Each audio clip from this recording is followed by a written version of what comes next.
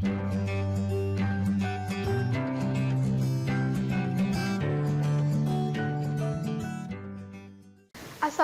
warahmatullahi wabarakatuh. Pada kesempatan kali ini, saya Ki Hoirunisa akan membahas materi biologi kelas 11 mengenai sistem gerak pada manusia. Nah, sistem gerak ini terdiri dari beberapa komponen, yaitu tulang, sendi, dan juga otot. Gerak sendiri merupakan suatu tanggapan terhadap rangsangan, baik dari luar maupun dari dalam tubuh itu sendiri. Nah, ini merupakan salah satu komponen dari sistem gerak, yaitu rangka tubuh manusia. Kita lihat di sini, rangka tubuh manusia ini secara umum bisa dikategorikan menjadi 3 kelompok utama, yaitu bagian atas atau bagian kepala, tengkorak, kemudian ada alat gerak, yaitu kedua tangan dan kedua kaki, dan juga badan, ya, terdiri dari tulang rusuk, kemudian tulang belakang, dan juga tulang-tulang usus, tulang duduk, dan lain sebagainya. Nah, untuk tulang, fungsinya adalah memberi bentuk, ya, dan juga sebagai penopang tubuh. Selain itu juga tulang ini melindungi organ-organ dalam sehingga lebih diberi struktur gitu ya, sehingga tidak langsung bisa rusak gitu. Kemudian tulang ini juga merupakan alat gerak pasif, yang artinya jika ingin bergerak harus ada yang menggerakkan terlebih dahulu. Tulang ini juga berfungsi sebagai tempat melekatnya otot dan tempat pembentukan sel-sel darah, terutama sel darah merah. Tulang ini juga berfungsi sebagai tempat penimbunan kalsium, fosfor, dan juga mineral yang lainnya. Nah, jenis-jenis tulang berdasarkan bahan penyusunnya ada 2, yaitu tulang rawan dan juga tulang keras. Nah, tulang rawan terdiri dari 3 kelompok. Yang pertama adalah tulang rawan hialin. Contohnya ada pada ujung tulang rusuk. Kemudian tulang rawan serat ada pada antar ruas tulang belakang, dan tulang rawan elastik biasanya ada pada daun telinga. Dan yang kedua adalah tulang keras. Tulang keras ternyata tentu lebih keras ya daripada tulang rawan dan banyak mengandung zat-zat kapur, ya, sehingga bersifat keras. Dia juga diperkaya oleh zat-zat perekat yang lainnya. Contoh tulang keras adalah tulang paha dan juga tulang lengan.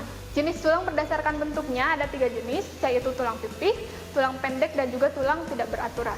Tulang pipih bisa kita temukan pada tangan, kemudian pada kaki. Sedangkan tulang pipih biasanya ada pada tengkorak dan juga bagian-bagian lainnya yang memiliki tulang yang biasanya lebih datar. Kemudian kalau tulang pendek ada pada ruas-ruas jari, dan tulang beraturan pada tulang samoid dan juga yang lainnya. Nah, yang kedua yang menjadi komponen sistem gerak adalah sendi. Sendi merupakan hubungan antar tulang sehingga antar tulang kita ini bisa digerakkan gitu. Itu adalah fungsi dari sendi. Berdasarkan besar kecilnya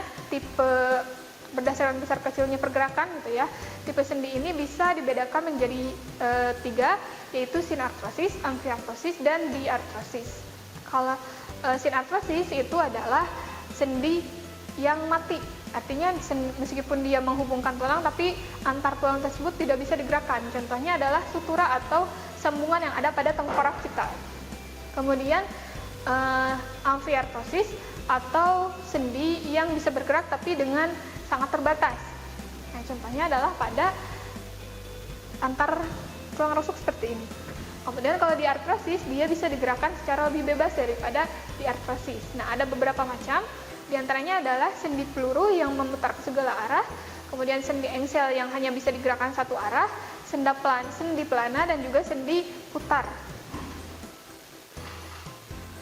Nah, jaringan selanjutnya yang menjadi komponen dari sistem gerak adalah otot. Nah, otot ini ada 3 macam. Ada otot polos, otot lurik, dan juga otot jantung. Dan otot ini merupakan alat gerak aktif. Jadi tanpa otot, tulang tidak akan bisa bergerak. Nah, perbedaan antara otot polos, otot lurik, dan juga otot jantung bisa dilihat dari struktur selnya. Yang pada otot polos biasanya berinti 1 dan intinya itu ada di tengah. Sedangkan pada otot lurik biasanya banyak dan juga ada di tepi-tepi. Pada otot jantung, intinya 1 dan di tengah, tapi terdapat percabangan sel gitu ya. Jadi selnya tidak satu lurus tapi ada bercabang-cabang. Kemudian sifat kerjanya otot polos ini tidak sadar, berarti dimiliki oleh organ-organ dalam ya. Kemudian otot lurik ini memiliki sifat kerja yang sadar dan otot jantung tidak memiliki sadar gitu ya, artinya dia bergerak secara refleks. Kemudian reaksi terhadap rangsang pada otot polos itu lambat, pada otot lurik cepat, dan pada otot jantung juga lambat. Untuk letaknya, otot polos biasanya ada pada organ-organ dalam, sedangkan otot lurik itu menempel pada rangka tubuh, dan otot jantung itu ada pada dinding-dinding jantung. Nah, sifat kerja otot ada dua jenis, yaitu yang antagonis dan juga yang sinergis. Sifat kerja berupa antagonis, dia berlawanan, contohnya adalah otot bisep dan otot trisep saat kita melakukan gerakan tangan seperti ini. Nah, sedangkan otot sinergis itu adalah otot yang saling bekerja sama untuk membentuk suatu gerakan, berarti kebalikan dari otot antagonis. Selanjutnya gangguan pada sistem gerak. Yang pertama kelainan pada tulang, ada osteoporosis. Ya, osteoporosis ini merupakan pengeroposan tulang. Pengeroposan tulang sehingga tulang menjadi rapuh dan mudah patah.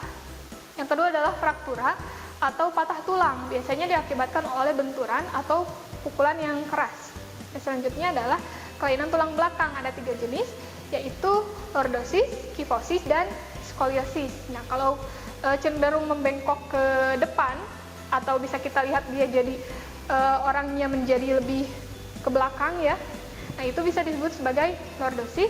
Sedangkan kifosis itu sebaliknya, jadi tulang belakangnya itu bengkok ke belakang sehingga terlihat bungkuk gitu ya. Nah, untuk skoliosis itu melengkung ke arah samping. Selanjutnya, gangguan atau kelainan pada sendi yang paling umum adalah artritis atau peradangan pada sendi. Dapat terjadi karena banyak mengangkat atau membawa beban ataupun karena inflamasi akibat dari mikroorganisme gitu ya. Nah, selanjutnya adalah gangguan pada otot. Yang pertama, stiff atau kaku leher. Keadaan di mana leher terasa kaku dan terasa sakit jika digerakkan. Stiff dapat terjadi karena adanya peradangan pada otot leher. Kemudian tetanus.